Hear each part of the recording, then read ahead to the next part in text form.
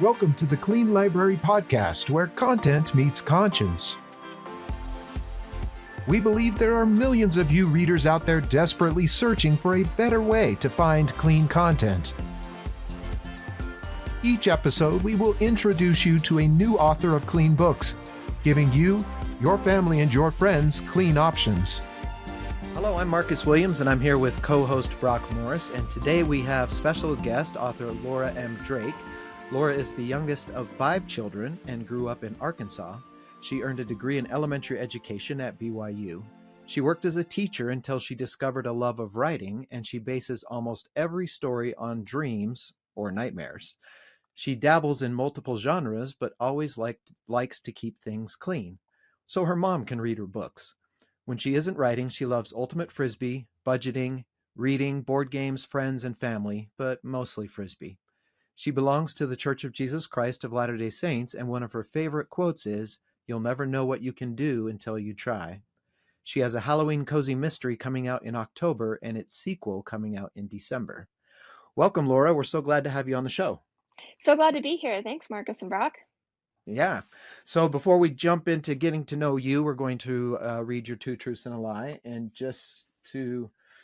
we'll introduce you to Steve here. He's our scorekeeper for 2 truths and a lie. So we've actually been at this score for quite a while now. Either we both were wrong or we both were right, or so Brock's in the lead, but staying steady. So let's see if we can break through today and get some momentum going.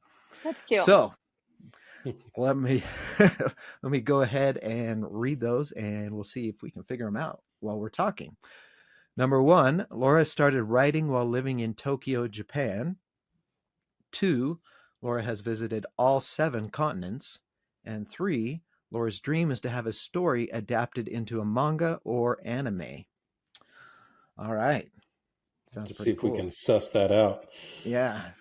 You might be able to hit that first one a little harder than I can, Marcus, to see. That's the hope, because I lived just south of Tokyo for a while, so I'd love to. But just because she lived there doesn't mean that's where she started writing. Correct. That's true. So we'll still have to figure that out. All right. So why don't you just get started by telling us, you were teaching, you love reading. How did you actually decide, what was that moment? Was there a moment in time where you said, I'm going to write a book? I think that I've always been a huge reader. Obviously, I feel like a lot of writers, everyone starts that way. And then I was kind of dabbling in writing in high school, and I started writing a book with my roommates in Utah. Actually, there's 4 of us. I just moved out, but we live together and we're all single. And we started writing this book about being single and how, just essentially what it's like. And so I kind of did that. But then one day I had this dream. It was actually a nightmare. And I woke up and I was like, oh man, that is such a crazy story. And so I just kind of wrote a short story about not a scary story. It wasn't a short story, it was a novella about it. And then I did that and I shared it with people and got some feedback. And I didn't know anything. I was still getting my dialogue tags and my action beats. I didn't know I punctuate, where to put commas. I was terrible at writing at this point. But I loved it so much when I just heard people's feedback, oh, that was so fun, or I love this story, or whatever it was. And it got me hooked on writing. And then I just haven't stopped ever since that story. Cool. So do you, I can never remember my dreams. So do you have a notebook right by your bed? You write them down as soon as you wake up? I have on my phone, I have a little notes tab and I call them my book dreams. And sometimes I just wake up and I'm like, that was a book dream. It just was super cool. And I would just actually last summer, 2 summers ago, I can't remember. I think it was last summer. I woke up and I was like, that was a cool book dream. So that morning I just sat down and I went ahead and plotted it out. I'm really big into Save the Cat beat sheet. So I plotted it all out to make sure I knew what was going on. And then I wrote that summer. And I actually just sold that book to a writing, a small press, and they're going to publish it. And so I was like, oh, look, the book dreams are coming to fruition, which it's different, when you self-publish and then somebody else is like, I want that story. It's a little bit different. Yeah, that's cool. Yeah. So I want to talk about that, but before we go forward, tell for people who don't know, tell us about the beat sheet that you mentioned. Oh, the Save the Cat. So it's pretty much just kind of a story structure, a novel and story structure, and it tells you kind of like around this point in the novel, these things need to happen to kind of keep the pacing up and to keep your reader engaged and to make sure there are enough highs and lows and to make sure your protagonist is going through enough character growth and stuff like that. And like a lot of people don't like it because they feel like it's telling them what to do and like how to write and it's too formulaic. But I actually love the structure and I feel like there's still plenty of ways to surprise your reader with plot twists, even following Hmm. the beat sheet, and it's a great Yeah, way, yeah, to keep pacing up, which I feel like is a huge problem for a lot of writers, a lot of new yeah. writers. So is it specific to certain genres and their tropes, or does it work for No, any it's pretty genre? much anything. Well, there's original like a Save the Cat book, which was about screenplays and movies, and he like uses all these movie references. And then another girl, I think it was Jessica Brody, she wrote Save the Cat uh, for a novel or something. It's about novel writing, and it's pretty much any genre. It's just like a basic uh, kind of catch-all that you can do. It's super great, but yeah, it's definitely not like the end all be all. There are a lot of really great writing craft books out there, but this is one that Yeah. I do use a lot. Like I combine that and the romancing the beat sheet together a lot to like make sure my romance and my plot fit together well. Yeah. So you mentioned that you write in multiple genres, or dabble, I guess was your word. So are those like, do you consider each book multiple genres, or do you have like a specific fantasy book and a specific romance book, or are you kind of I'd combining say things in that one book? all of my books have romance as a subplot, but I've never written like a romance book. But like my Okay. very first trilogy was like YA Magical Academy. It's very like Harry Potter meets Avatar The Last Airbender is what I tell people. So it's Okay. very fantasy and YA. And then the next series, I because I love Japan, I did Japanese ghost stories. So I just totally shifted genres and did four Japanese ghost stories. And then the next book I did a standalone and it's like not YA. I mean, it's still clean, but it's like the protagonist is like 30 and I guess paranormal is like probably the best. It's like she's in this, yeah, it's a problem that I can't even figure out a good way to describe it. Pretty much she's in a new world where she's dead, but she's like between Mhm. life and death and she can either pass on or like she has to collect memories of her life to try and go back to her life. So the whole Yeah. book takes place in this like alternate world. Um, so that Oh, was a new genre again, and then the steampunk one is the one I told you guys about that I'm publishing with that company, and it's like steampunk time travel murder mystery. And then I wrote the two cozy murder mysteries that are coming out this year, and now I'm writing vampire books. So they're just not related at all. yeah. So you really are dabbling in a lot of genres. So do you find it just the whole system of genres to be limiting? No, I think they're great for building an audience, which I'm terrible at. I'm always like, perfect, you love this book, and then I switch and they're like, I don't love that genre. And I'm like, dang it, why did I do that? But I just write that way because every single one of those books was based on a dream that I had. And so I was Okay. like the first magic book, I was like, oh, cool. And the Japanese books, the first one was a nightmare. And then, so that's why I jump around so much, is I'm just following where my dreams go. But it's definitely not the best marketing move, which I'm learning. Well, according to Ebenezer Scrooge, that dream could just be what a piece of cheese. Yeah. You never know what's causing those dreams. Um, in the in the Japanese one, did you use actual Japanese folklore characters, or hmm just So completely made up? it starts out with a girl in America. She like moves to the small town and she meets this boy. He's half Japanese and his mom's from Japan. And it's the essentially it's about she moves into a haunted house and it's haunted by a vengeful spirit called Oiwa, which is famous in Japanese literature, like a Hmm. Yeah. folktale. And then in book two, they go to Japan and she meets another each book has a different Japanese ghost from folktales. And then like an overarching story that spans the four of them. But that was super fun because obviously I love Japan, so I like got to Yeah. work on all these little cultural bits and like yeah, like when they went to Japan, I was like having them do all these things that I'd like done during my time there. So that was very fun for me. Yeah, that's cool. I don't know if you know this since you Go ahead. sorry, I was saying since you lived in Japan, I'm guessing you heard about the NHK man.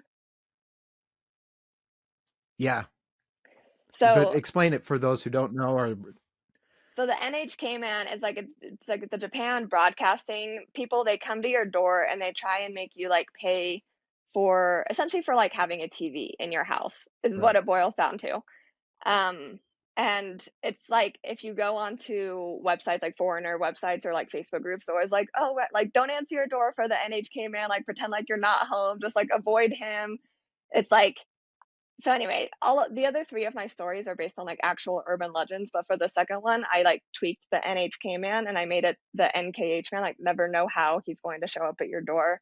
And so Oh, he was the cool. urban legend for book two, because I just thought it was funny from my time actually living there. I was like, that is like a real urban legend, like horror story, because they just come all the time to your house. That's funny. I used and my pronunciation isn't very good, but the Tengu. I used that Okay. character in one of mine, the kind of the little mischievous demon.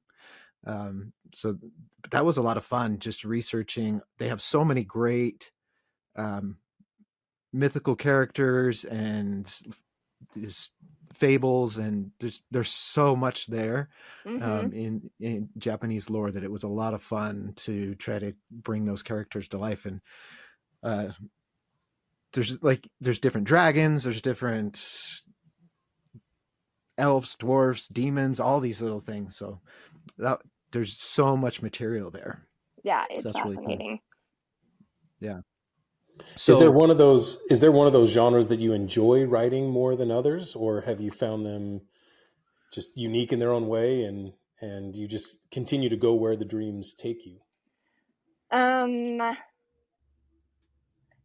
Essentially, I've continued to go where the dreams take me, but in an effort to be more marketable, I am trying to write 7 books in this vampire series and like release them every 3 months to build an audience for that. But already I'm like itching to go start. Like I've already had a couple. Like it's hard because my book dreams are way faster than my writing abilities. So I've got this right. huge, I call it my TBW list, which is my to be written, and it's way longer than I have time for. So um I'm trying to be smart since I'm self-publishing and do like a bunch of books in one, but I'm really excited to move on to the next project.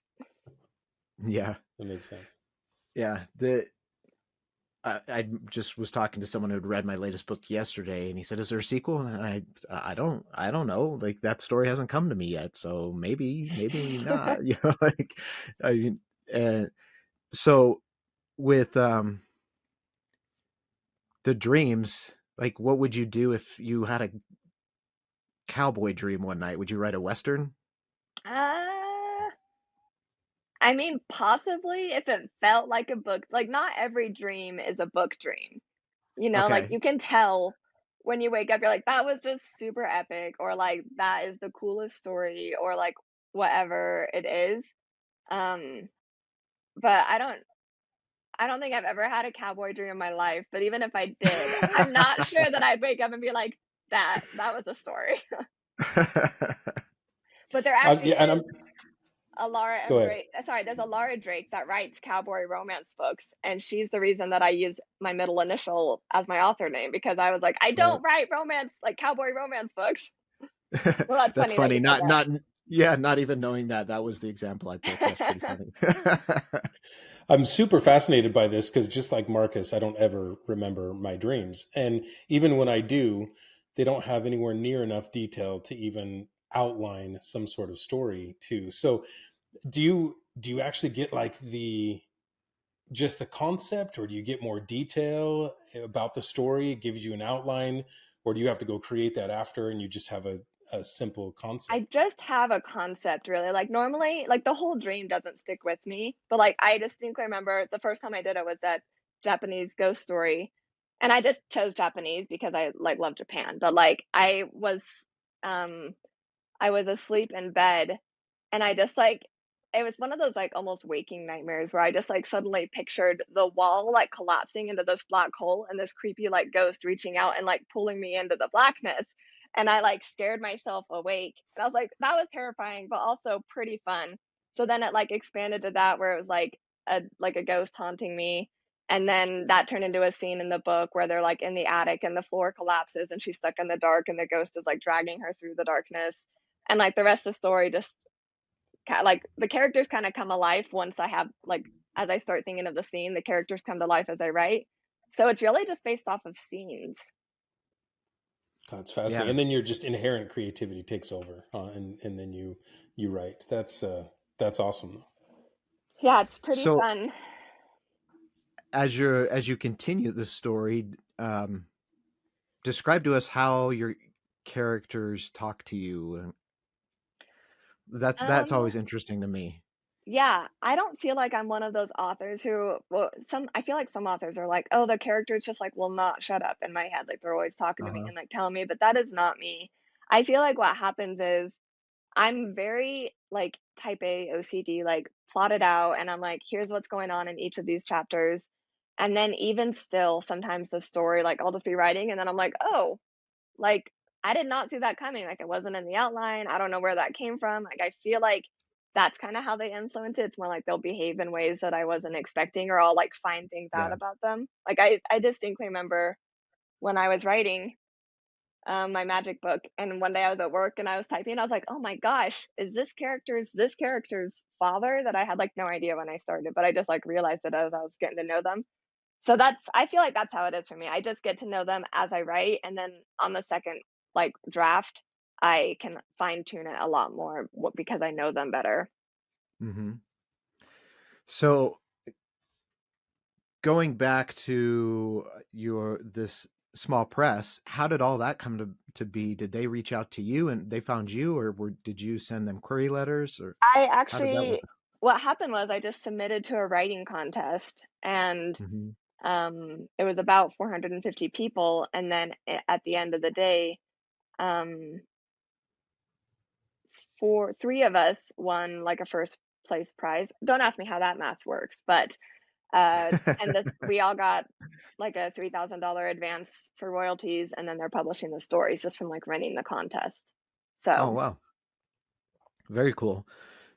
So have you started that experience with them, or are you at the very beginning? I'm at the very beginning. I just found out on Independence Day that I won one of the prizes. Well, I found out a little before that, but they announced it on Independence Day, and then um yeah, it's like I don't really know what is going to happen, but like we've talked about working. I know it's hard because for this book, well, it's actually really funny. I sent this book to a developmental editor while it was like in the middle of the contest, like not really assuming that I was going to win, because I was like, oh, I have all these Yeah. revisions I need to do after.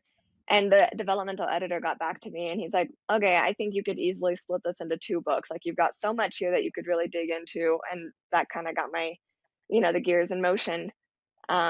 So I'm like, oh yeah, okay, I should split it up and I can have a trilogy instead of the duology I'd originally planned. And but then it won, and now I'm like, well, wait, do I just like anyway? It's totally thrown me off because I've never not been in control before, and I'm like, should I Right. ask them if they want me to split it up and like get because they talked about buying the sequel possibly too. So I'm like, well, do they want more books or do they want less books? And anyway, it's very interesting because I have no idea. Yeah, that will be interesting to see how that plays out and how much creative control and freedom they allow you to have and everything. Because I mean, that's one of the things when we talk to people about their choice, whether they want to indie publish or traditionally publish. Um, Creative control is a lot of times a big factor in that decision. So the Yeah, fact that you've been self-published and now you're going to have this traditional experience will be interesting to see how you feel about it. I think it makes it easier. Like a lot of people think of their books as their babies, but I am finishing book 19 right now, and they're not all out. But I think at that point, I'm like, okay, just get out the door. Like, I'm not as attached to them anymore. So I feel like it's easier to just like sell it off to somebody and be like, okay, let's do what we need to do with this and move on. But some people are very much like, I do not want to like take this in a direction I don't want to go. And for me, I'm like, Hmm. it's whatever. Like, I'm fine. As long as it's inherently the same story, I don't really care. Okay. And was there a point, you know, maybe first book, second, third, fourth, where was that point where you got to that kind of realization that it's not as big a deal? That's a great question. I don't know because I never really considered traditional. Like I was self-publishing from the get-go. So I was never like, oh, like this has to be exactly. It was just more like impatience. I'm a pretty fast writer. Like in, I mean, I guess it's comparative. In 5 years, I've written about almost 20 books. So, but Yeah. they're not all out. So it's like I think part of it, like I was definitely pickier and like more scared with my first story. And like I'm in a writing group and they're all really great, but some of the girls have been working on the same story for like years, which I totally get because they want to do traditional. But I cannot hold on to a story for that long. Like I get so tired Hmm. of it and I'm like, I just get it out the door. Like it's as good as it's gonna be, and I'll make sure the next one's even better. Like as long as it's good enough that my readers enjoy it and it like makes them love my work, that's good enough for me as long as I'm constantly growing. But I can tell like some of their like when I read some of their first chapters and like every sentence is like poetry and I'm like, okay, that's amazing, but I cannot spend this long on a book. I'm not. I think part of it's just my personality. Like I'm not the kind I think to baby things like that. I'm very like Yeah. they call me the strict aunt in my family, if that gives you any indication. So I'm that way with my books too, I guess. Well, and I think you can get into a cycle of perfection paralysis, and never put your book out. If you're trying to write your first book, you're trying to write a masterpiece, you'll never finish your first book and thus never write a masterpiece. You Right. have to publish in order to get feedback and to get better and to build an audience. And Hmm. yeah, I think so it is I hard think if you're like looking for traditional because you only have like one chance to grab them with like your first chapter or your first 5 pages, or like it's a lot of pressure. And I think I'm too lazy to wait for that sort of timeline. And I'm just like, I just don't have it in me to make something that perfect. Like, I can't. yeah. Well, and if you think back to a lot of the classics, the first chapters are not like that. Whole concept of you have to grab attention in the first chapter wasn't a thing until Hmm. recently. I don't, and and I don't know if it's the internet or the TikTok generation or I don't know, but if you read some of those classics, you have to read 50, 60, 70 pages before the story really takes off and gets interesting. And yet they're classics. So why do we think now we have to put all of the action in chapter one?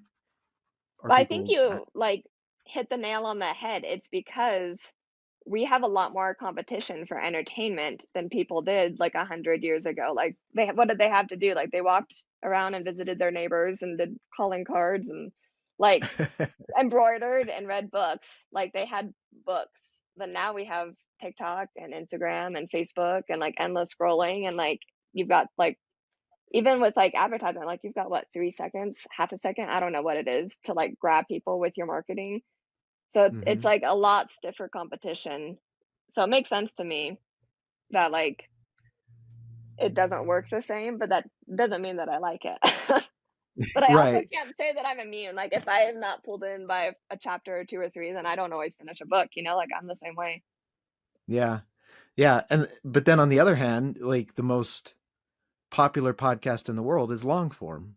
And it's Yeah. the 3 4 hour episodes. So it's like it's this weird thing. And yeah, I think sometimes we just have to recognize that some stories are going to start off with a bang and some aren't, and it depends on the story. And I do think you can tell kind of by the writing in general, like, like even if maybe the action hasn't pulled you in, a lot of writing can pull you in even without it. Yeah. Yeah. That's a good point.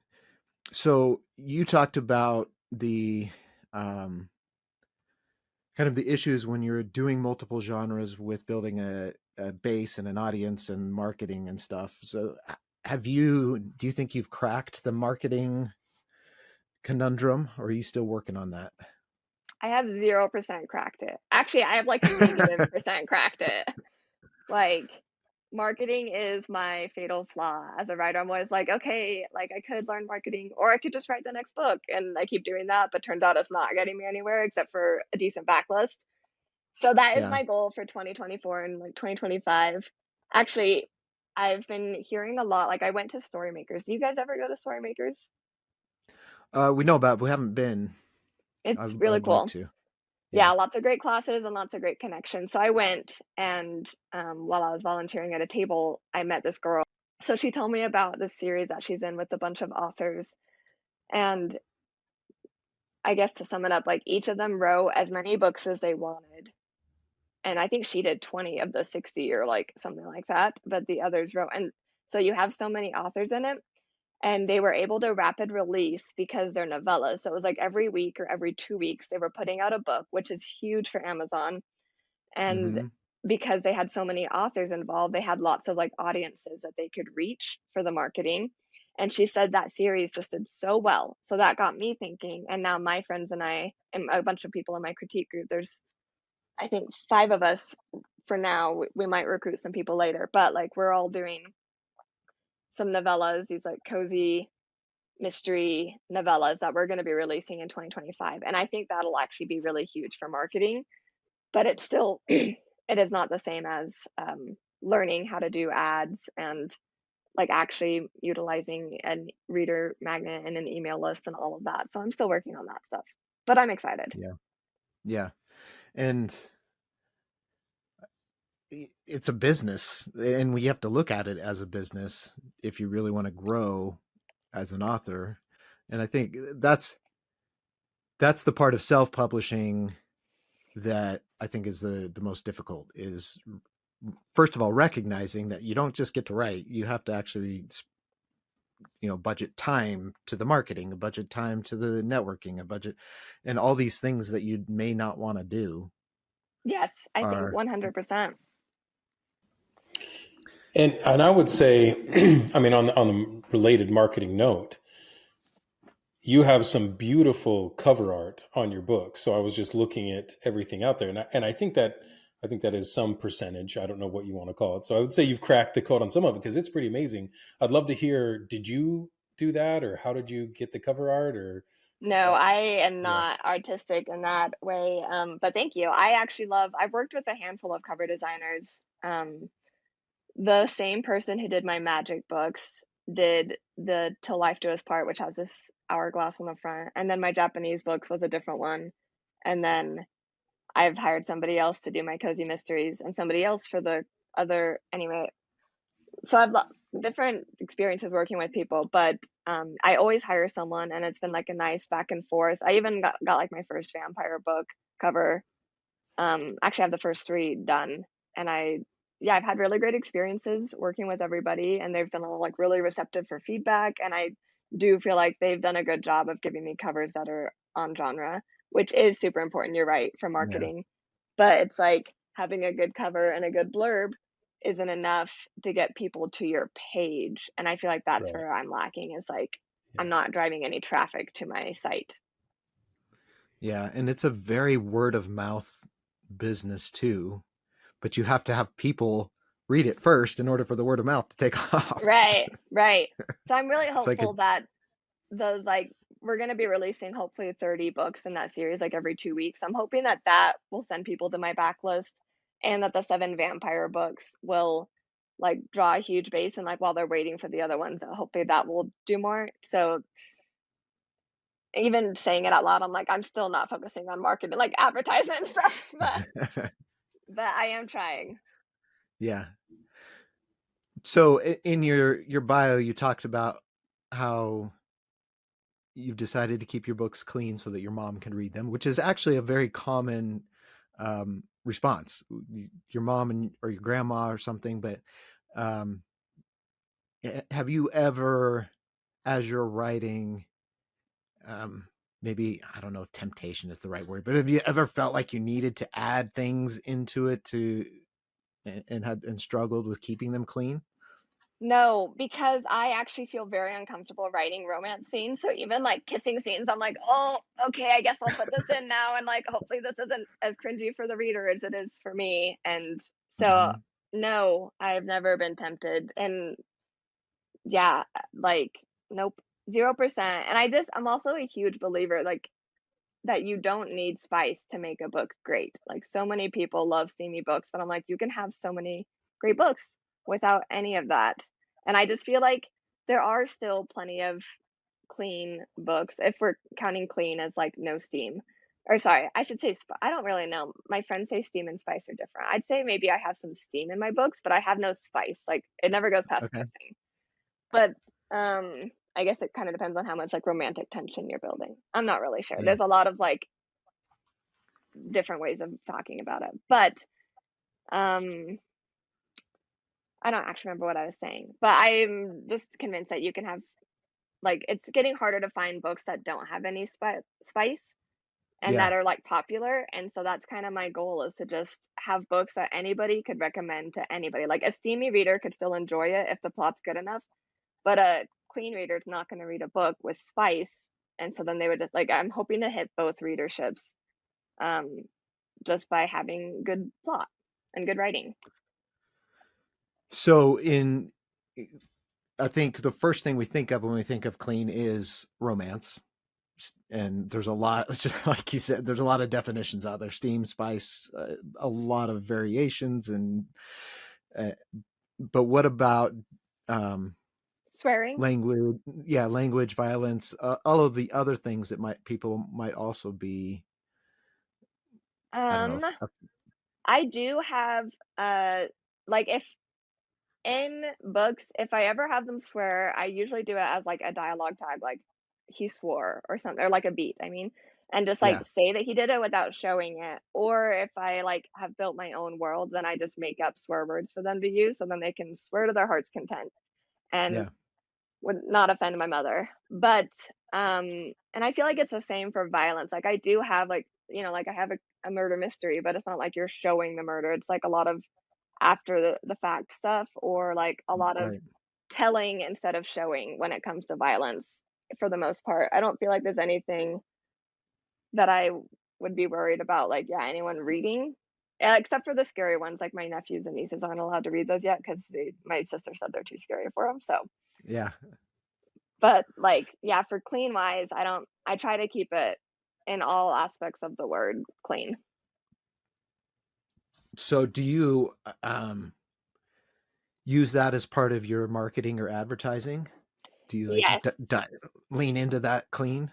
I try to. Um, Again, it's like hard. Even like on my website, I have them like broken up by tabs for genres for my books, and one of them is like horror suspense. And I feel like horror, like people like sometimes people are like horror, just they assume it's kind of going to be more like gritty almost, but it's Hmm. not. But it's like also what else are you supposed to call it?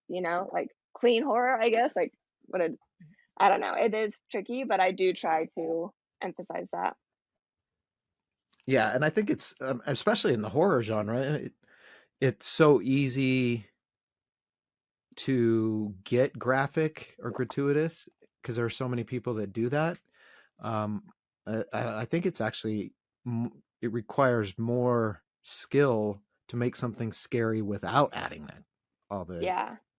I do gratuitous. remember I feel like that's the benefit actually of jumping genres is I feel like you learn a lot of writing skills. Like writing that horror series, I feel like upped my writing ability for suspense scenes that are in every other book. Like every book has suspense, and I feel like I'm a Right. little bit better at it now because I had so much practice. But I do remember after I wrote, like when I was writing book 4, I was like, I am done with horror for quite a while. Like I feel like how many ways can I show somebody being scared? I'm done with it.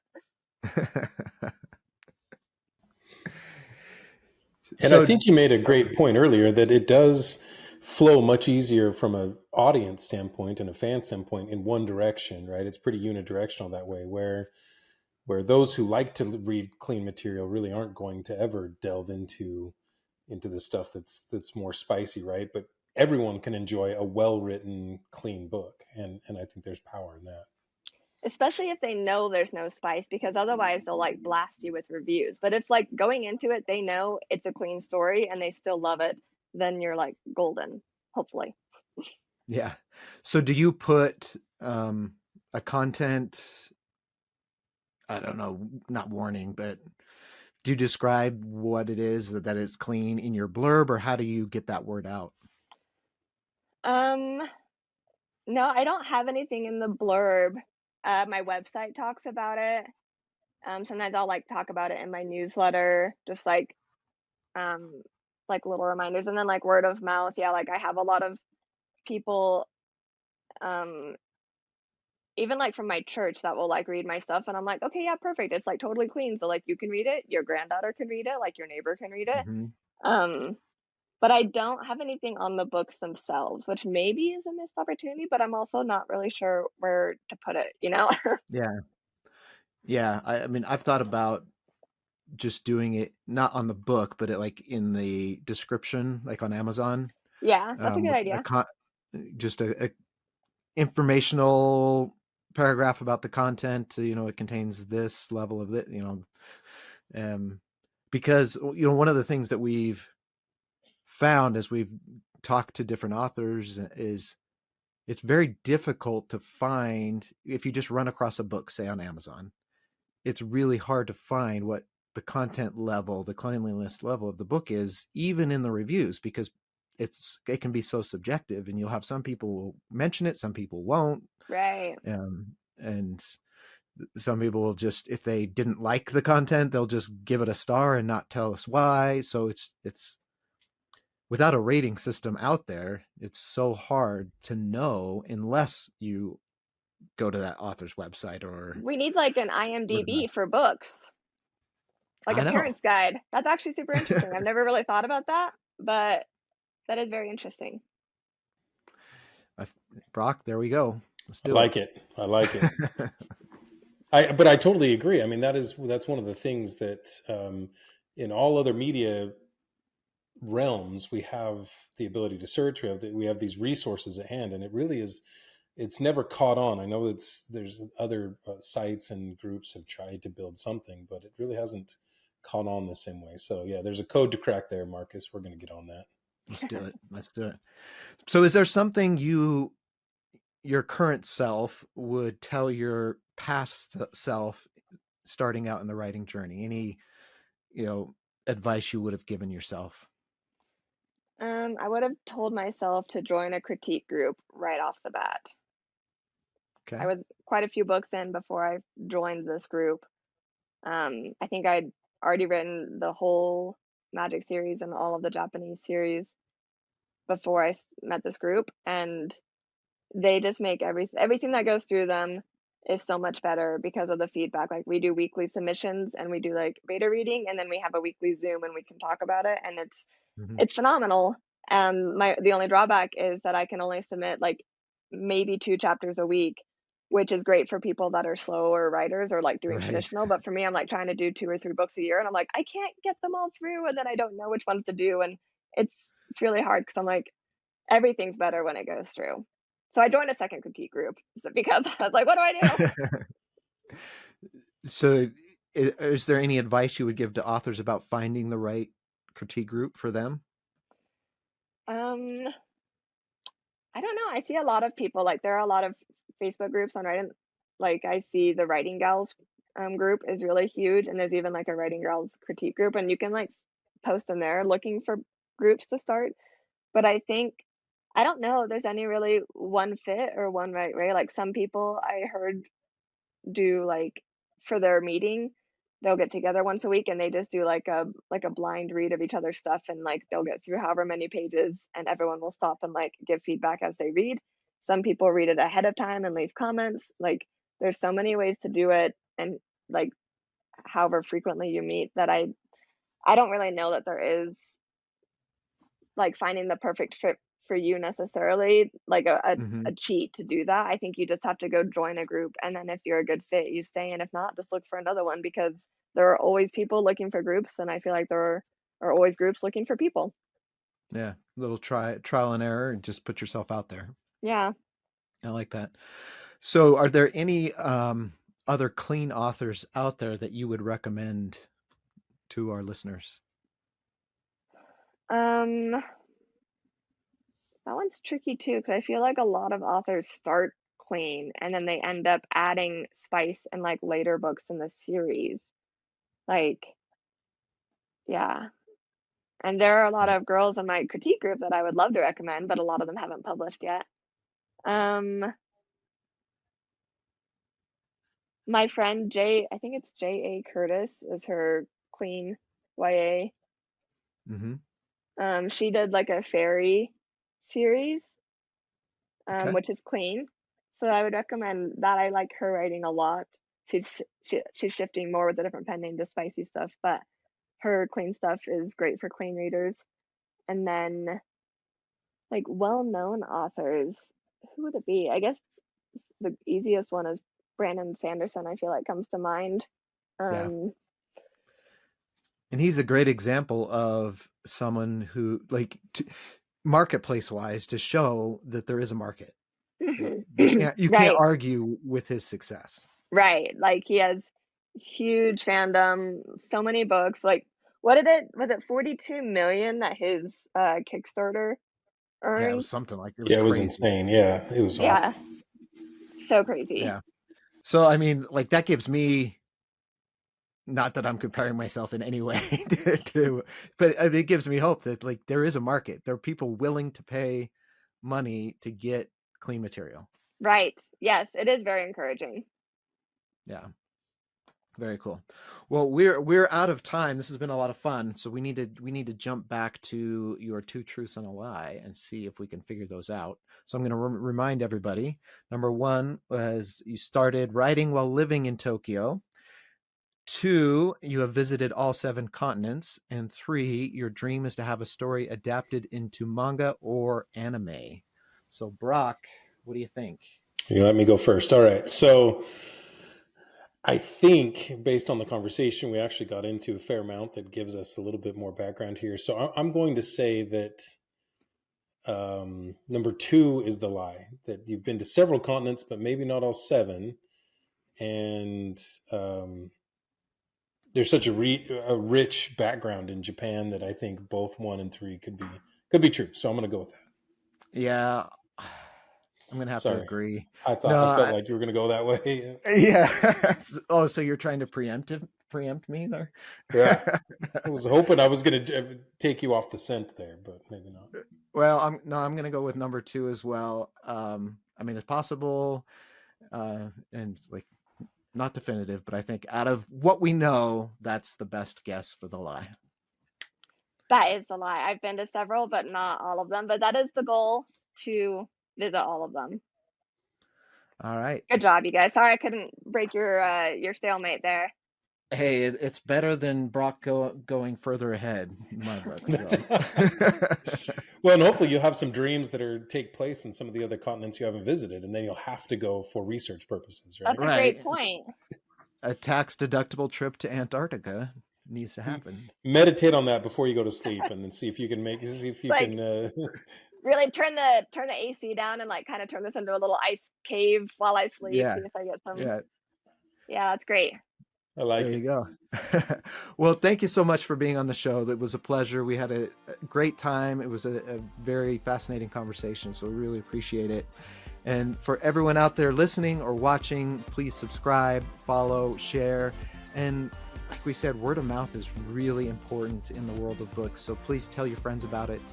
Talk to your family and friends and let them know there's a resource here where they can come and meet new authors of clean material, and they can find new books that they're comfortable reading and that they're comfortable having their mom read. So thank you so much, and we will catch you next time on the Clean Library Podcast.